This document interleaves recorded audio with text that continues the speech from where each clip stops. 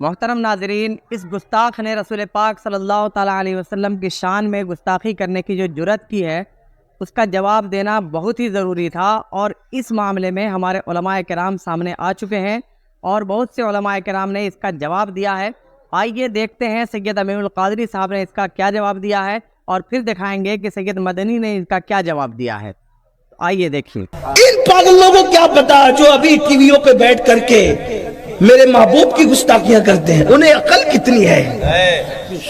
ارے جس کی عظمت جبریل کے سمجھ میں نہ آ سکے، سبحان اللہ سبحان اللہ، یہ زانی سمجھیں گے؟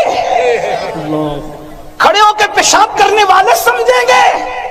ارے جس کی عظمتوں کا ادراک ابو بکر صدیق نہ کر سکیں، وہ صدیق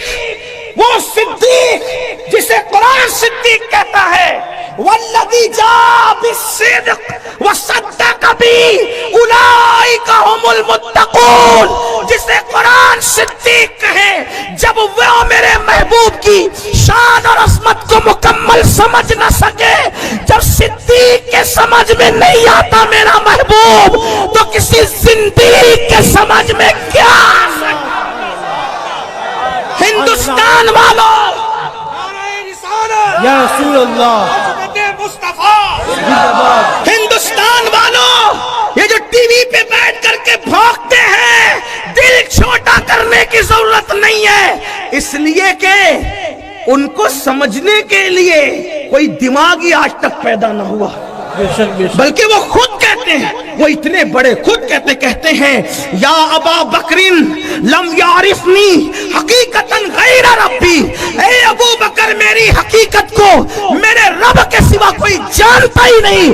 ارے جب کوئی جانتا ہی نہیں تو کوئی کیا بیان کر سکتا ہے؟ ابھی تک لے کے بیٹھا ہوا ہے کہ چھوٹی عمر کی بیوی سے شادی کی، چھوٹی عمر کی بیوی سے۔ ہم بتائیں جن کے عبادت تم کرتے ہو وہاں بھی تو 6 سال کی عمر میں شادی ہوئی، ہمارے پاس آ کے بیٹھو، 11 شادیاں کی، آپ کے یہاں تو 2608 ہے۔ ہم بتائیں گے، آؤ نا۔ اگر ہم بولتے نہیں تو اس کا مطلب یہ نہیں کہ ہمیں بولنا نہیں آتا یا ہمیں معلومات نہیں ہے۔ تم جتنا نہیں جانتے اپنے بارے میں اس سے زیادہ ہمیں پتا ہے۔ ہاں، بڑے آئے عورت کے محافظ بننے والے جوؤں میں ہارتے رہے، جوؤں میں ہارتے رہے، وہ تو یہ میرے مصطفیٰ کی شان ہے جس نے نیک بیوی کو شوہر کے لیے جنت قرار دیا ہے۔ یہ میرے مصطفیٰ کی شان ہے۔ توجہ کریں، مصطفیٰ جان رحمت نے بیوی کو اتنا بلند کیا ہے کہ رسول اللہ کے بیٹوں کے بستر پہ قرآن نازل ہوا، اس کی تشریح نہیں ملتی۔ رسول اللہ کی اولاد کے بستر پہ قرآن نازل ہوا، اس کی تشریح ہمیں نہیں ملتی، لیکن بیوی کو نبی نے اتنا بلند کیا ہے کہ نبی کی بیوی کے بستر پہ قرآن نازل ہوتا ہے، اور اس بیوی کو عائشہ صدیقہ کہتے ہیں۔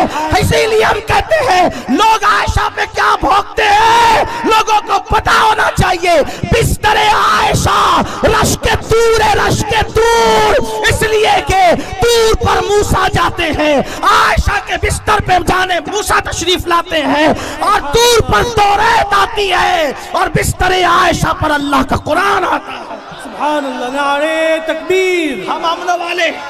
ہم امن والے لوگ ہیں، ہم کوئی فساد نہیں چاہتے، اس لیے ہم خاموش ہیں، لیکن اگر یہ زبانیں نہیں رکی تو پھر ہم اتنا کھولیں گے کہ شرما جاؤ گے۔ ہمیں پتہ ہے نا، ہم تو آپ کو ہی پڑھتے ہیں، میں تو بہت چھوٹا آدمی طالب علم ہوں، ابھی علماء بیٹھیں گے تو پتہ نہیں کیا ہوگا۔ ہاں، ہمارے یہاں جو ہے نیک بیوی جنت ہے شوہر کے، اور وہ بیوی سے پہلے بیٹی بنتی ہے۔ بیٹی جنت ہے باپ کے لیے، بیٹی رحمت ہے باپ کے لیے۔ ہاں، بیٹی ہے تو جنت، بڑی ہو کر بیوی بنی تو کسی کی جنت، بڑی ہو کر شادی ہونے کے بعد ماں بنی تو اولاد کی جنت۔ سبحان اللہ، جنت کے سوا تصور کیا ہے؟ ہمارے یہاں نہ جوا حلال ہے، نہ جوے میں بیوی کو ہارنا حلال ہے۔ ہم نے نہیں ہارا کبھی، کیونکہ ہمارے یہاں تو پیسہ بھی ہارنا جائز نہیں، جسے ہم ہاتھ کا میل کہتے وہ بھی ہارنا جائز نہیں ہے۔ ہاں، لیکن ہم بھی منہ میں زبان رکھتے ہیں، ہم بھی منہ میں زبان رکھتے ہیں، لیکن اتنا ہے کہ بس بات اتنی ہے کہ کتا انسان کو کاٹتا ہے پلٹ کر، انسان کتے کو نہیں کاٹتا. اتنی سی بات ہے، باقی اور کوئی بات نہیں ہے. ورنہ ہم بھی منہ میں زبان، اور اگر زیادہ مجبور کریں گے تو پھر ہم انجام کی پرواہ کیے بغیر بات کریں گے. اس لیے کہ جو ہاتھ رسول اللہ کے نام پہ چومے گئے ہیں، اگر وہ ہاتھ رسول اللہ کے نام پر ہتھکڑیوں سے بھر دیے جائیں، وہ دن ہمارے لیے سنت زین العابدین کا دن ہوگا. سبحان اللہ سبحان اللہ. اس سلسلے کو رکنا چاہیے. ہم گزارش کرتے ہیں، امن چاہتے ہیں، جیو اور جینے دو.